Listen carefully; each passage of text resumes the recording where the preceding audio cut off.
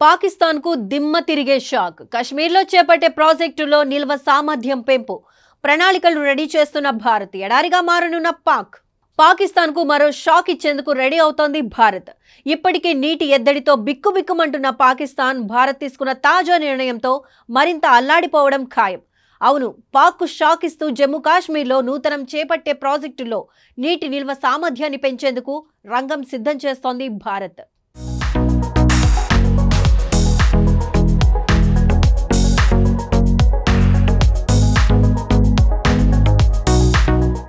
జమ్మూ కాశ్మీర్లోని hydro power ప్రాజెక్టులో నీటి నిల్వ సామర్థ్యంపై భారత్ ప్రభుత్వం ప్రణాళికలను రెడీ చేస్తోంది. నిర్మాణ ప్రతిపాదనల్లో ఉన్న ఈ ప్రాజెక్టులో ఇప్పుడు నిల్వ సామర్థ్యం తప్ప ఇంకా ఎలాంటి మార్పులు చేయడం లేదని కేంద్ర విద్యుత్ శాఖ మంత్రి మనోహర్ లాల్ ఖట్టర్ తెలిపారు. ఇక సింధు జలాల ఒప్పందం రద్దు విషయానికి వస్తే ప్రతిపాదనల్లో ఉన్న ప్రాజెక్టులో ఎలాంటి మార్పులు లేవన్నారు.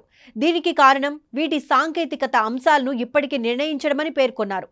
అయితే కొన్ని ప్రాజెక్టులు ప్రారంభ దశలోనే ఉన్నాయని అన్నారు.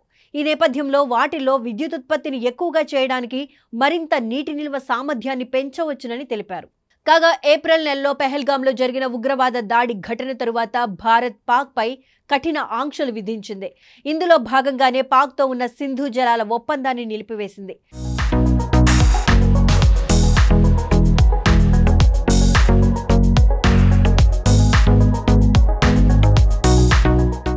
సింధుతో పాటు దాని ఉపనదుల జలాలను పంచుకోవడానికి ప్రపంచ బ్యాంక్ మధ్యవర్తిత్వంతో భారత్ పాక్ మధ్య ఒప్పందం కుదిరింది.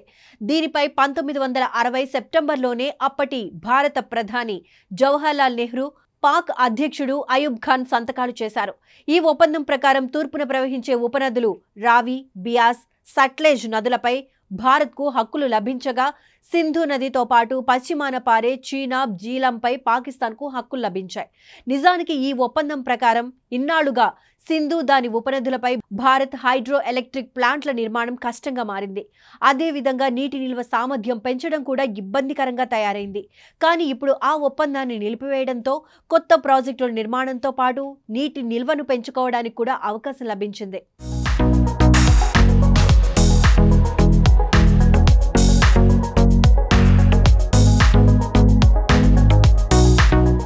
ప్రస్తుతం కేంద్ర ప్రభుత్వం జమ్మూ కాశ్మీర్లో 4 హైడ్రో ఎలక్ట్రిక్ ప్రాజెక్టులను ఆమోదించింది.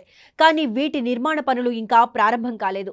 కాగా ఇందులో సింధుపై న్యూ గందర్బల్ ప్రాజెక్ట్, జీలంపై ఉరి 1-2 ప్రాజెక్టులు, అదేవిధంగా చీనాపై కీర్తాయ్ 2, సవల్కోట్ ప్రాజెక్టులు రెడీ అవుతున్నాయి. సో దీంతో పాకిస్తాన్కు క్రమంగా నీటి లభ్యత తగ్గిపోతుంది. ఇప్పటికే పాక్లోని పంజాబ్ ప్రావిన్స్లో నీటి కరువుతో ప్రజలు అల్లాడుతుండగా భారత్ నీటి నిల్వ సామర్థ్యం పెంపుతో పాక్ క్రమక్రమంగా ఎడారిగా మారిపోవడం ఖాయంగా కనిపిస్తోంది.